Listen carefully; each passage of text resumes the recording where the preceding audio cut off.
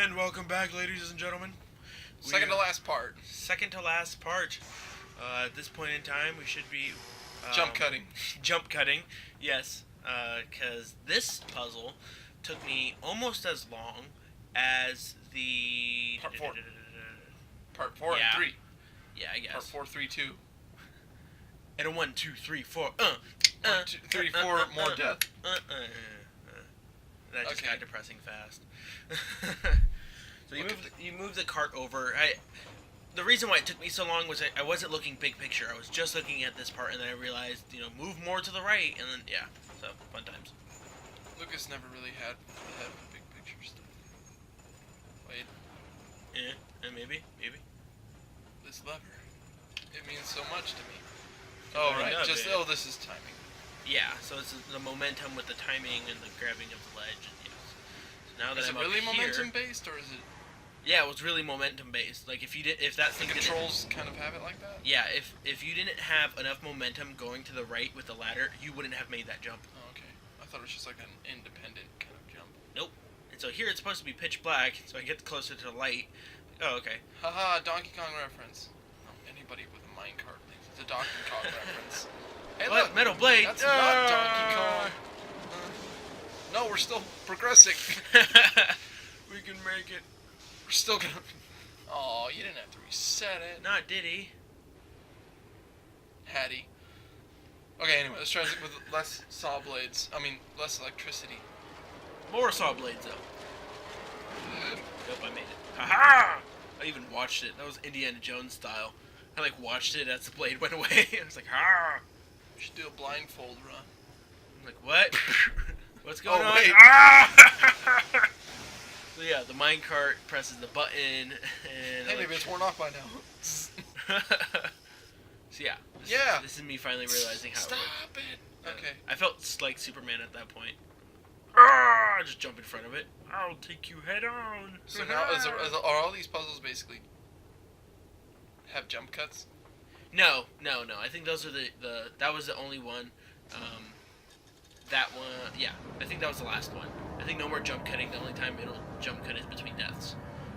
It'll show you how I originally died, and then it'll show you how I finally realized how to solve the puzzle. Hit that lever, Lucas. You ruined everything. So I'm thinking, keep going to the right, like the other momentum ones. I'm like, what? Wait a minute. What? No, I'm trapped. What's going on here? Is it? I'm like, oh, okay, that's fine, because I can just... Ah! Mom? Oh, Indiana Jones boulder. Got it. momentum, no problems. If you know what I mean. Nah, tasteless. Lucas is all about taste. Wait, this kid doesn't have a name, does he? No, he does. We tried to pronounce it last time. His first name is Lim? No, it's I don't know. It's last name Bo. According to the developers, because it's never stated in the game, nor is it in any descriptions or anything like that. It was all based off of the developers. His name is Puncho Mona. Oh. Right. Punch pneumonia. Yeah, punch pneumonia. Okay, there you go. The Adventures of Punch Pneumonia. So this is me going, okay, I'll push the box. I can't see anything because the light keeps moving. And the box moves if you don't jump off fast enough. I was jumping on the electricity because I needed more light. Great, I have to start from back here. Yeah. How long is this shifting light thing puzzle gonna last? Is it after that? I think it's after that little thing. These puzzles aren't very long. One of the issues the game had, at launch was price versus, length. I mean, honestly, you could speed run through this thing in an hour and a half, 2 hours if you don't die a million times each puzzle. Yeah, you could just speed run it in 2 hours. So it was, for full retail, $14.99. A lot of people were, I don't want to say a lot of people, but there were some people that were complaining about, how it's entertainment value. You play it once and then you're done. You were brushing up on that with the puzzle game genre. Once you figure out, if people look at it in the right context, they should know what they're buying, which is you're buying a puzzle game, which logic dictates if you beat it once, you can't really do it again. Yeah. You won't get that same kind of kick unless you get by another puzzle game. All these things look safe.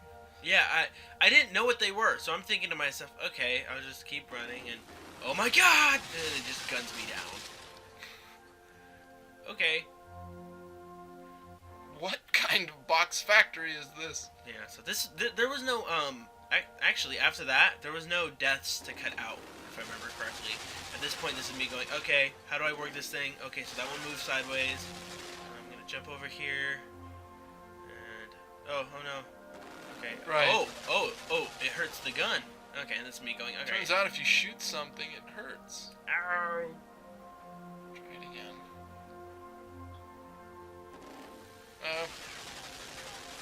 Oh, come on. Yeah. That's just ill-timed.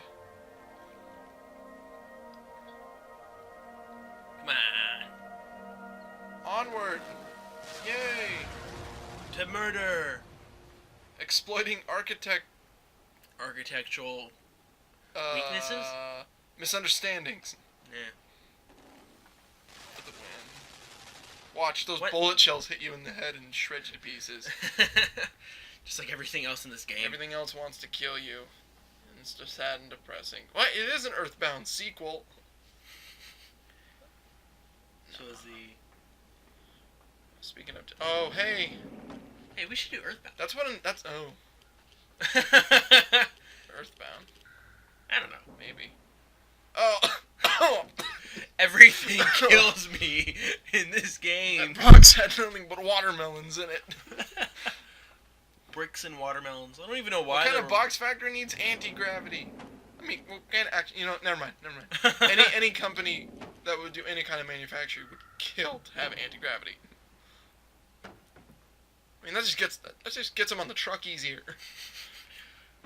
Less manpower Less manpower. equals less More people. alien power. Oh, wait. That's right? Nope. No. Ah, don't hurt me. Okay. Oh, right, slopes. Momentum. Onward! Oh. I'm still working on it.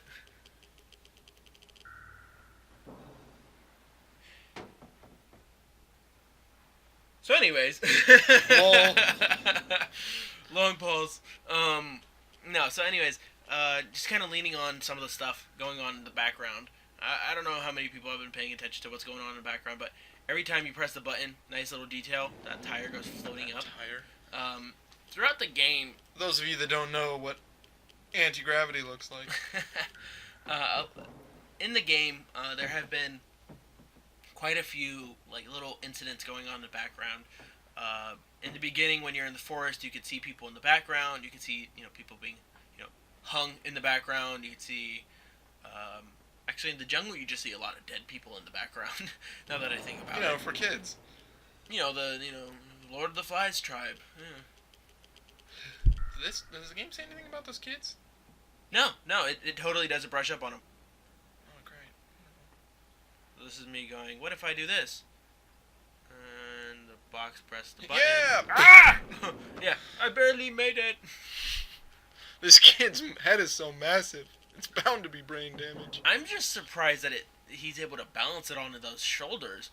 I mean, it's a scrawny looking kid, and his head is like larger than his torso. That upper body strength, though. I think this kid's hiding some... He's wearing a sweater, I think. Oh! Yeah, he's got to be wearing a sweater. No one has arms like that. Man guns. I don't care what kind of video game this is. Those are Gears of War arms. Okay. It's me going, oh, so the anti-gravity affects that platform up there. Yeah. Larger puzzles. I hate that. Okay. Whenever you think you got something done, turns out you still need that crap. It's just a smaller piece of a larger puzzle. I mean, I don't hate puzzle games. I just I don't really feel the need to play them, I guess. Yeah. That kind of leans into what I was going to ask from you. I do know that in part 3, I asked you really briefly what your summary was on the game, right? And you didn't have a whole lot of time. If you only had maybe like 30 seconds to really. Well, that's really respond to all I that. needed for that. Well, I guess the question just is going to expand a little more. Puzzle games in general. Puzzle games in general. I enjoyed. I like Portal 2 and I liked Portal.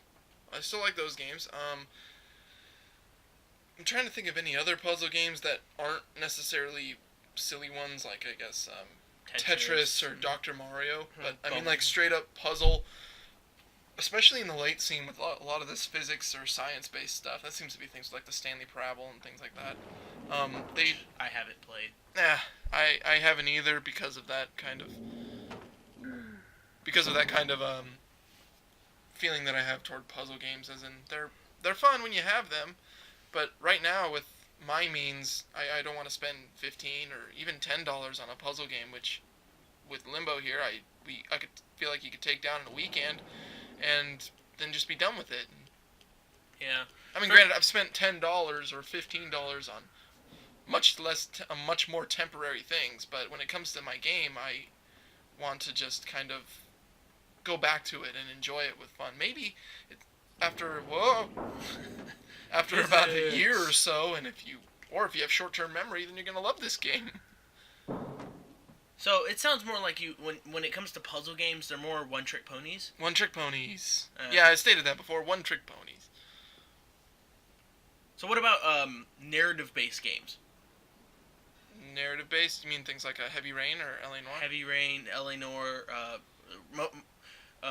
referenced previously The Last of Us. Games that once you know the ending, once you know who the bad guy is, kind of a thing, or once you know how the conflict is resolved, like, where does it go from there? I treat them like movies. Like movies? Yeah. Especially the less gameplay elements, I'm just detached from it and feel like it's just a movie. And obviously, if the story, and like any other movie, if the story's good, then, go for it. Hey, we're grass. Well, Heavy Rain, we'll be seeing you guys next time. This right here, this puzzle takes a little longer, so just in this little part, I'm just going to take the box down, but we'll be seeing you guys next time in our final part, part 6.